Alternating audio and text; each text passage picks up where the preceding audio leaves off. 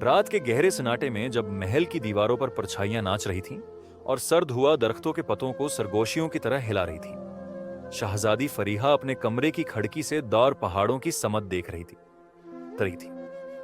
अचानक उसने अपने वालिद के पुराने कमरे से एक धुंधला सा नूर निकलते देखा।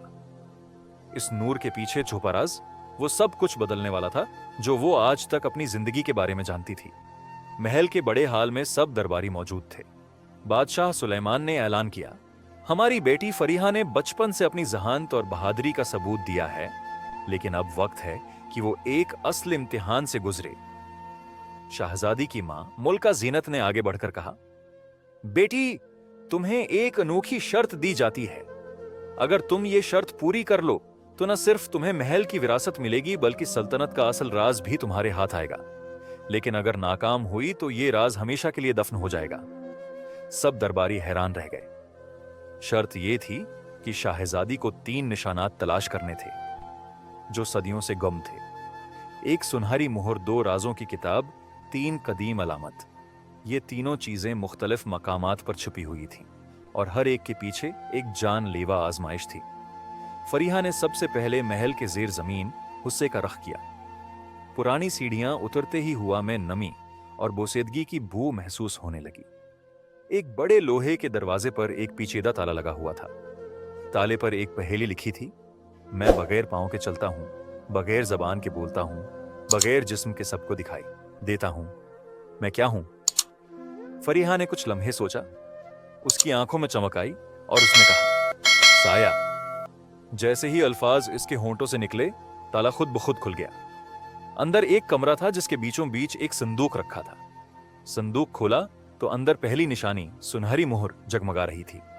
लेकिन जैसे ही उसने मोहर उठाई, कमरा लर्जने लगा, छत से पत्थर गिरने लगे। फरीहा ने अपनी जान हथेली पर रखकर दौड़ लगाई और बिलाखिर बेमुश्किल बाहर निकल आई। नक्शे के मुताबिक दूसरी निशानी जंगल की गहराइयों में छुपी थी।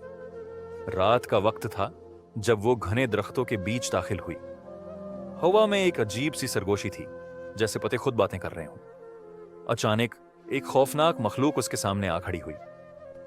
आंखें अंगारों की तरह सुर्ख, जिस्म धुएं की तरह धंधला। मखलूक गर्राई, अगर तुम दूसरी निशानी चाहती हो तो पहले मेरी पहेली हल करो। पहेली ये थी, मैं कभी नहीं रखता, लेकिन हमेशा वक्त के साथ बहता हूं। मैं कभी वापस नहीं आता, मगर हर लम्हा महसूस होता हूं। मैं क्या हूं? फरीहा ने गहरा सांस लिया और कहा, वक्त।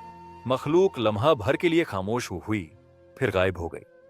उसके कदमों तले जमीन खुली और एक पुरानी किताब अभरी। ये थी दूसरी निशानी, राजों की किताब। किताब हाथ में लेते ही फरीहा को महसूस हुआ कि जैसे दरख्तों की सरगोशियां रख गई हों। जंगल ने खुद उसे रास्ता दिया और वो कामयाबी से बाहर निकल आई। अब तीसरी और सबसे मुश्किल निशानी बाकी थी। फरीहा को बर्फ पोश पहाड़ की चोटी पर जाना था। रास्ता कठिन था, गहरी खाई रास्ता रोक रही थी, ऊपर से पत्थरों की बारिश हो रही की थी और जादुई धुंध हर मोड़ पर आंखों को धोखा दे रही थी। उसने अपनी अक्ल और हौसले से एक एक मुश्किल उबूर की। रस्सी के पल पर चलते हुए उसके कदम कांपे, मगर उसने दिल मजबूत किया।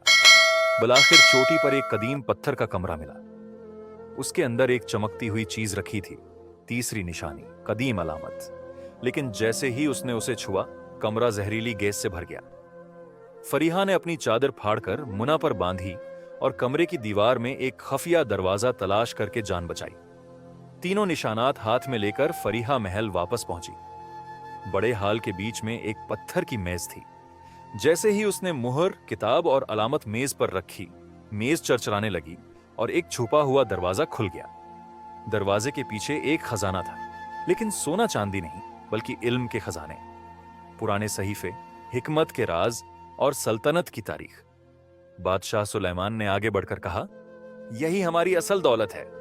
दौलत या ताकत आरिजी है, लेकिन इल्म और बहादुरी हमेशा बाकी रहते हैं। तुमने शर्त पूरी करके साबित किया कि तुम ही हमारी असल वारिस हो। मलका जीनत ने बेटी को गले लगाया और सब दरबारियों ने नारा लगाया, शाहजादी फरीहा जिंदाबाद। शाहजादी की अनोखी शर्त ने सबको यह सिखाया कि असल ताकत तलवार या खजाने में नहीं, बल्कि हिम्मत और अक्ल में है। मुश्किल रास्ते वही फतह करता है जो हौसले से डटा रहे, और असल विरासत वही है جو قوم کو علم اور انصاف دے۔